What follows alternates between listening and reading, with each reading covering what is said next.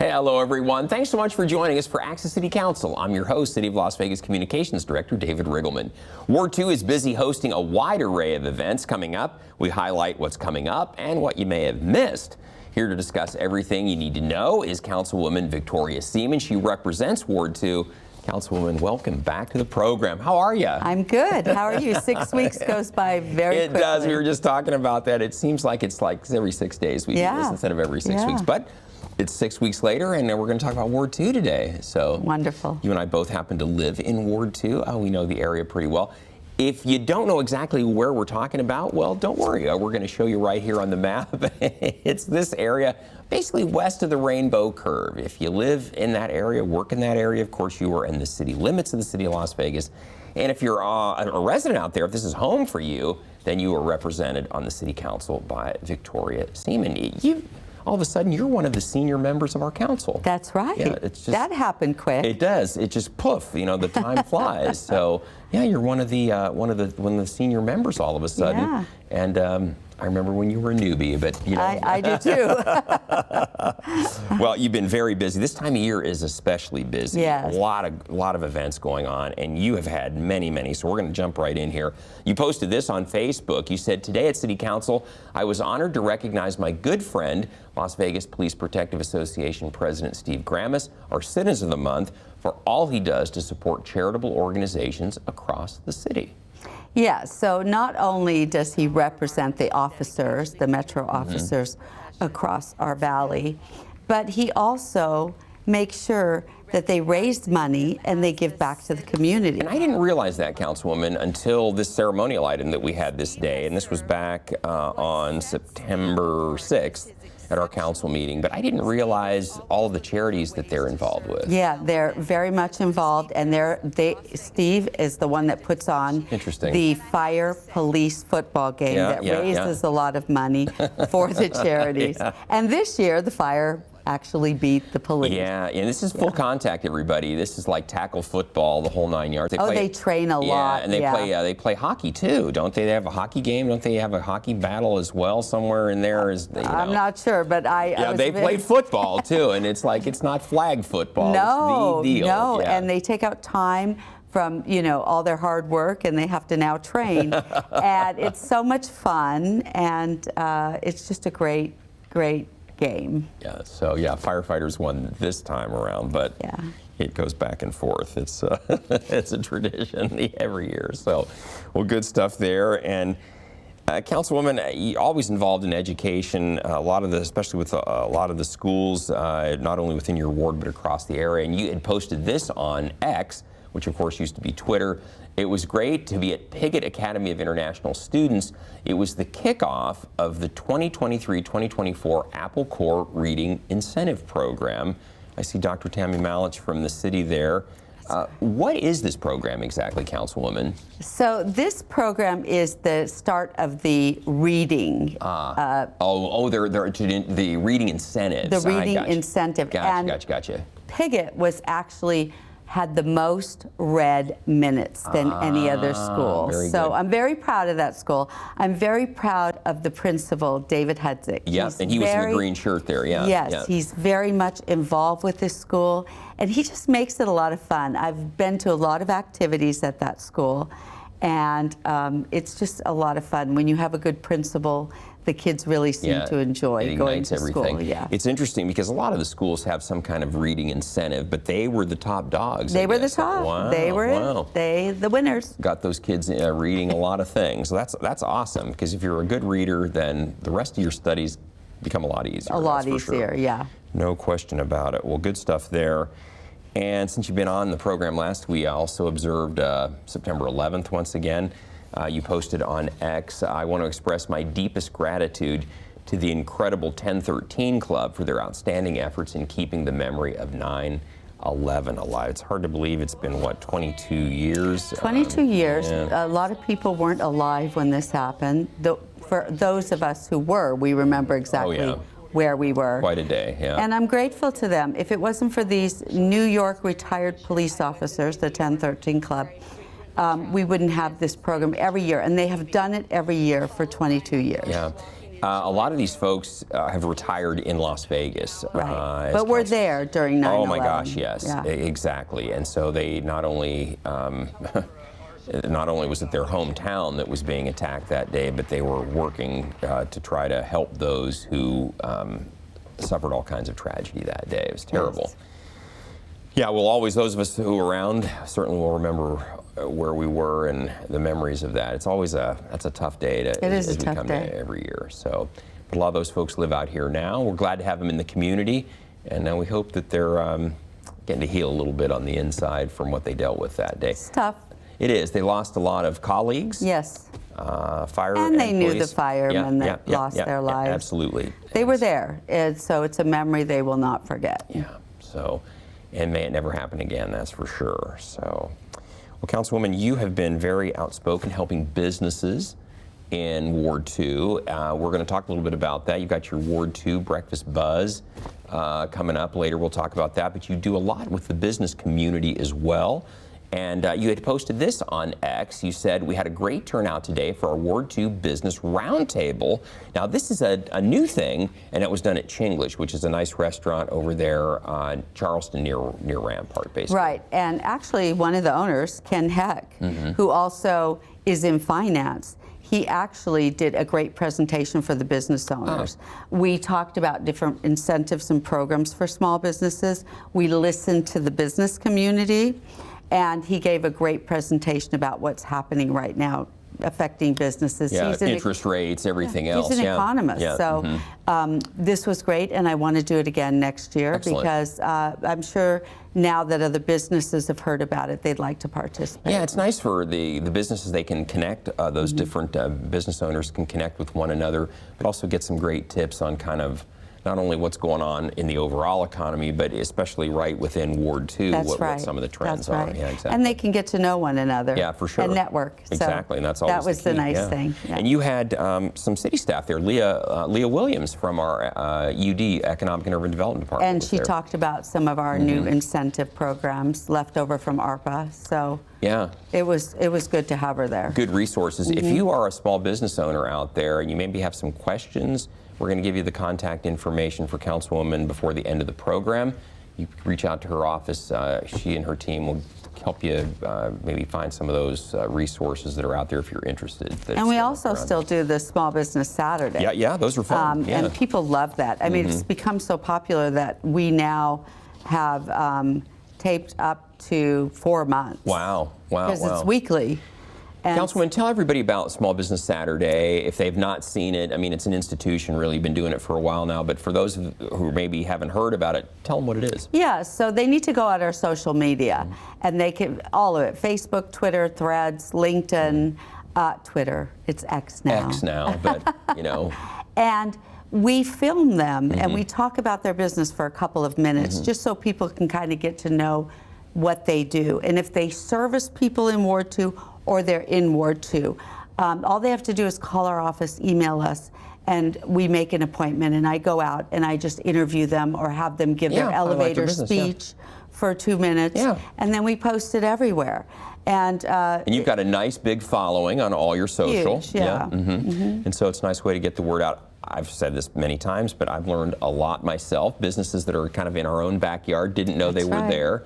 Especially some great restaurants. And yes. had a chance to check those out. So thank you for the information. So yeah, if you're a small business owner, you happen to be located in Ward 2, or as Councilwoman says, service people who live in Ward 2, then it's fair game for her to talk about you on her Small Business Saturday. That's right. A lot of fun. So.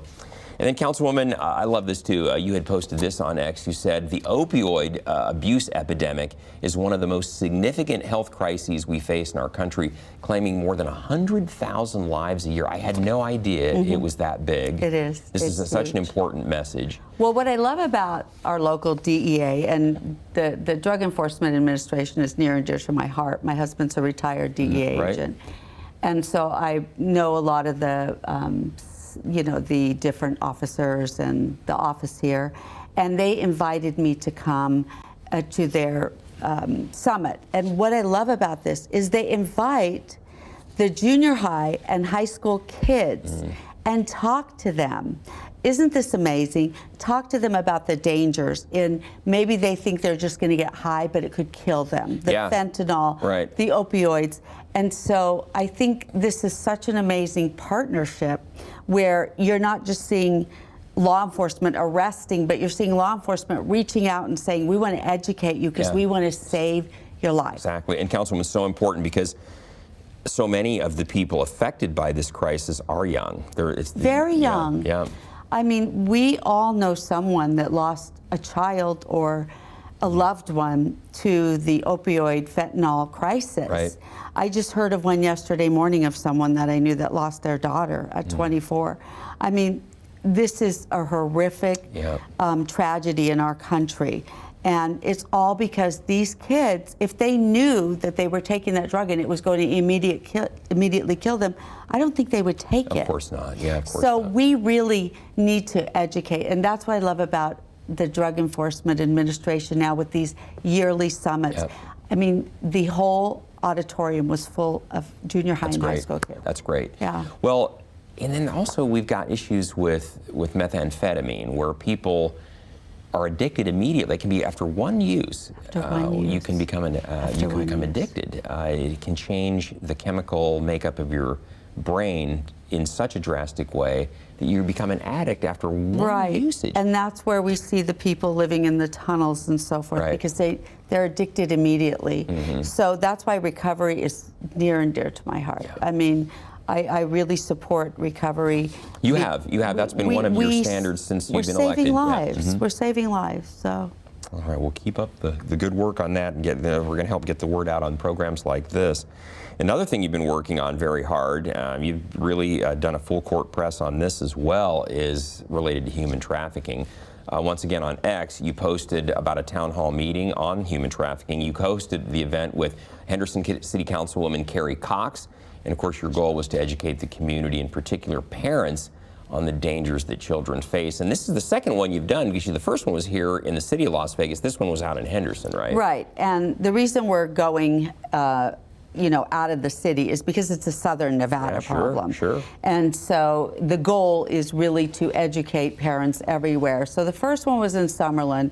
And we had an amazing turnout, over 200 people. Yeah, I was going to say like 200, 250 people. Yeah, and these are, we really teach parents, grandparents, for the signs to look out for of their children being groomed. That's what you were saying. Because we've had children as young as 9 that are being trafficked.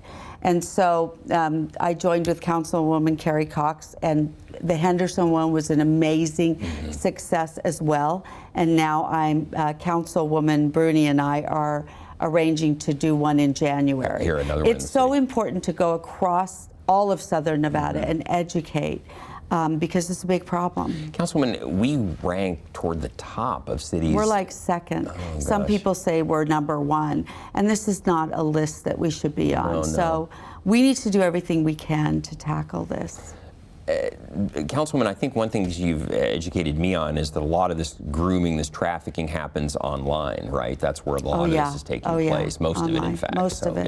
Yeah. You're talking to somebody, a young person, they think they're talking to somebody else. They're really talking to someone who has some bad plans Yeah, in and mind. parents can monitor. They can monitor with certain apps.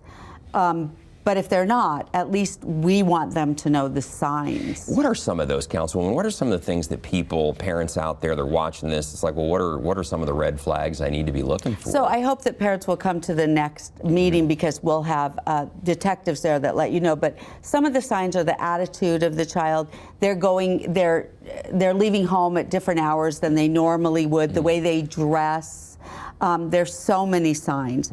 And that's why when we do these meetings, we have the vice that works with us talking to the parents and answering questions, and they give a PowerPoint. But those are some of the signs to look for. It is a change in attitude. It really is a change in their hours leaving the home and the way that they dress. Good to know. Well, obviously parents, be paying attention. And this is something that you had also educated me on. This is boys and girls being trafficked. Oh, definitely. Yeah, so definitely. Not just because you think, well, it's going to be young girls. Oh, but no, it's both. Wow. All right, so another town hall about human trafficking coming up January. in January. Right before the Super Bowl. All right, very good, very good. We'll be letting everybody know about that. And then a little closer to home, back in Ward 2, you posted on X, you said, hey, you went on a tour of the Meadows School. You applauded the school's motto, in pursuit of excellence. You also have a picture there with the statue of our mayor, Carolyn Goodman, who was the founder of that school. And I also want to applaud her because she founded this school. Yeah, she did. And this is one of the better schools across the country. Yeah. And I always say if CCSD would implement some of those programs, I think we would rank in a different category when it comes to our education. But I have to say, Mayor Goodman, excellent with founding this school that is, I think 100% of the children go on to college. Well, not just college, great universities. And this is their headmaster, Jay Berkeley. Yeah, we got it. Well, you know, he is such a great guy. You walk down the halls with him. He knows the names of the students. Yeah, every kid. Yeah, that's what I've heard. Yes. That's a talent. It's funny, Councilwoman, I've been here in Las Vegas for a while now, lived in that area for a while, and I remember back in the day when the school was first being located out there, it was kind of out in the middle of nowhere, all by itself, and now Who would have thought? I know, now it's the middle of Summerlin. When I think about that, her vision, she had that, it's kind of like, I hate to say Bugsy Siegel with Las Vegas, right? He had the vision of out in nowhere, and she did too. She did too. And this is an amazing school. It is. And they do scholarships, by the way. They do. There's a certain percentage. Yes, for those that aren't able to afford to go there. That's right. That's exactly right. That's exactly right. So you visited with Jay Berkeley out at the school there. It's right in the center of the ward. And then, Councilwoman, this is a nice tradition. You're doing it 2 times a year, but maybe we need to dial it back to 1. We're going to dial it back to 1. So we definitely are. You posted quite a few photos from the Art in the Park event. This is at Bruce Trent Park. These posts were on X. You thanked everyone for coming out, including Positively Arts. You also posted a really fun video of the group. And hey, there were some pets there too, looks like. So. Yes, everybody likes to take their animals exactly. out. You know, this is such an amazing thing, though, is getting people out and socializing with each other. Yeah. It's a lot of fun. Well, this event really started off fairly modestly, but it's really grown and grown. And to the point you always make, Councilwoman, is the level of local talent here that shows up at this. Yeah, these things is amazing. You know what else I noticed, like with this Positively Arts, there are so many people in this community that really want to give back. Like this Positively Arts, this nonprofit group that is taking children's talents and having them perform at different places. Like, it was amazing this first year we had them, and I will have them back in the spring because just a lot of talent all across the board. That's amazing. And when you can foster that talent, you never know where it's going to lead, you know. You so don't. Those folks might be future graphic artists or who knows what. That's right. Or the next Picasso or something. So very good. And then, Councilwoman, this is something that you had done, much deserved. In this next post, you thanked some very important people. It's the Breakfast of Heroes. You thank exceptional people helping those with addiction. Now, this was interesting. Again, this was posted on X, but so many of the folks that we're going to see here, besides the sheriff and the judge that we'll see, are recovering addicts. That's right. Yeah, that's amazing. And they're giving back, and that's why they were awarded as heroes. You've got Jeff Iverson, that is the founder of Crossroads, that's saving lives and helping people with addiction every day. You have Ryan Hampton and Sean O'Donnell. Ryan goes across the country, Mobilize Recovery, has written several books. And then you have Sean O'Donnell with Foundation for Recovery. This gentleman, Shine a Light. They're just doing amazing things, and they are recovering addicts. And so we wanted to honor them. And there you have Judge Kearns, who has the Yo Court. Yeah, specialty court, yeah. Oh, yeah. That's a youth offender court. It's for young people who, because of drug issues, end up back in the system That's repeatedly. correct. So the idea is to break that cycle of recidivism, recurrence, where they're back in trouble, and try to get them on a path where they can get their lives back together before it becomes even worse. So then end up, going to prison or something like that. So. Good turnout. You had hundreds of people at that thing. Yes, looks like. we did. Yeah. That was here at City Hall. That was right on the patio. The weather was perfect. It, it couldn't have been better. Yeah. Nice event out there, and kudos to those people. It's got to be a tough road to come back from. So if you're battling addiction like that, it becomes a lifelong struggle. It does, but they are the people that can help people more than anyone. Right, exactly, because they've been there. Because they've been there. It's really easy for us to say, I know what you're going through, but unless you've gone through it, I think they do a much better job. Yeah, very much the case. And Councilwoman, this has been a very unpleasant part of the news lately, but you recently attended an event addressing the deadly conflict between Israel and Hamas. You posted pictures and videos from a rally outside the Venetian in support of Israel. And I think the whole world was just shocked when this whole thing erupted. Yeah, it was important for me to be there and show my support for Israel, show my support for the Jewish people, and make sure we condemn these acts of terror and violence. And I really at that rally asked all leaders to step up and show their support. It's been tough. Yeah, and it's scary because these types of conflicts draw the whole world in, including the United States. And so we're all holding our breath that all of this can be resolved without any more Every single Israeli I knew there, personally knew someone or had a relative who had been kidnapped. Oh my God. So, as they say, 6 degrees from separation, it's just sad. It's a small country, and the population is very small and has a big impact. Well, we will all be hoping that ends comes soon. to an end. Exactly, Yes. exactly, Councilwoman. And since you've been on last, we also observed Hispanic Heritage Month. It was just wrapping up. It's middle of September to middle of October. But we had a lot of events, a lot of observations. You yourself helped mark it as well. Yes. Being Hispanic and love all the celebrations, and I participated in a few. You did? Just really enjoyed myself. I think people probably, if they've watched the show, they know your maiden name was Guerrera. De la Guerra. De la Guerra. Sorry about that. And That's so, okay. yeah. You were close. Okay, I'm sorry, but I'll get it right. I'll get it right one of these days. But so this is an important time for the city, but also for you as well. Yeah, so, absolutely. And we'll observe it again next year, September and October, like we do each year. So congratulations on that. Councilwoman, before we run out of time, we want to mention you have some upcoming events, some really good ones we want to let everybody know about. We have our October Breakfast Buzz coming up. These are a lot of fun. This is going to be Saturday, October 21st, out at Veterans Memorial Community Center, 9 to 10.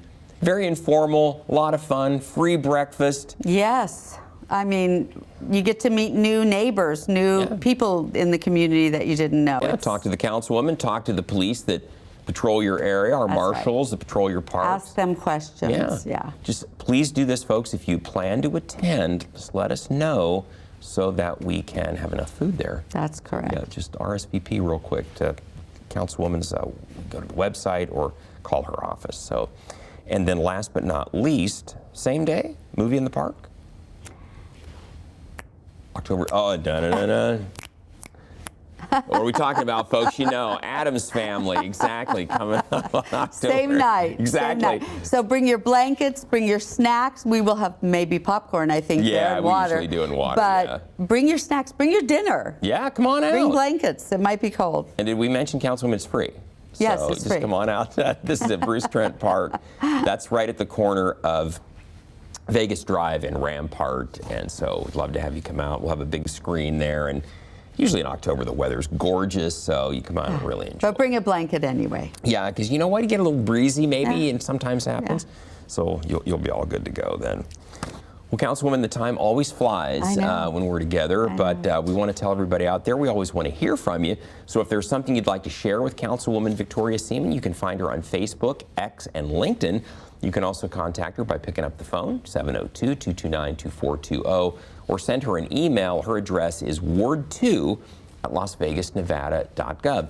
And she or one of her great staff will get right back to you and help you out. A lot of times we get questions that really don't have to do with the city at all, but you guide them in the right direction. We can help them out. We'll send you in the right direction and point definitely. you to where you need to get the answers. So, well, Councilwoman, great work. We'll see you back here in another 6 weeks. It'll go by fast. It will go by really fast. We're going to be right into the holidays by the next time you're here, you know. So this year will be pretty much over by then. So. Anyway, unbelievable. I know, time flies when you're having fun. So we'll see you then. And folks, we want to tell you out there, please don't miss our next show beginning on October 26th with Ward 5 City Councilman Cedric Creer. You can now catch all of our KCLV shows on Apple TV, Roku, and Amazon Fire. Also watch for our QR code during the closing credits of this show to subscribe and download to our newsletter. And don't forget, you can watch us live on the internet at kclv.tv. Thanks for joining us, everyone. We'll see you next time around.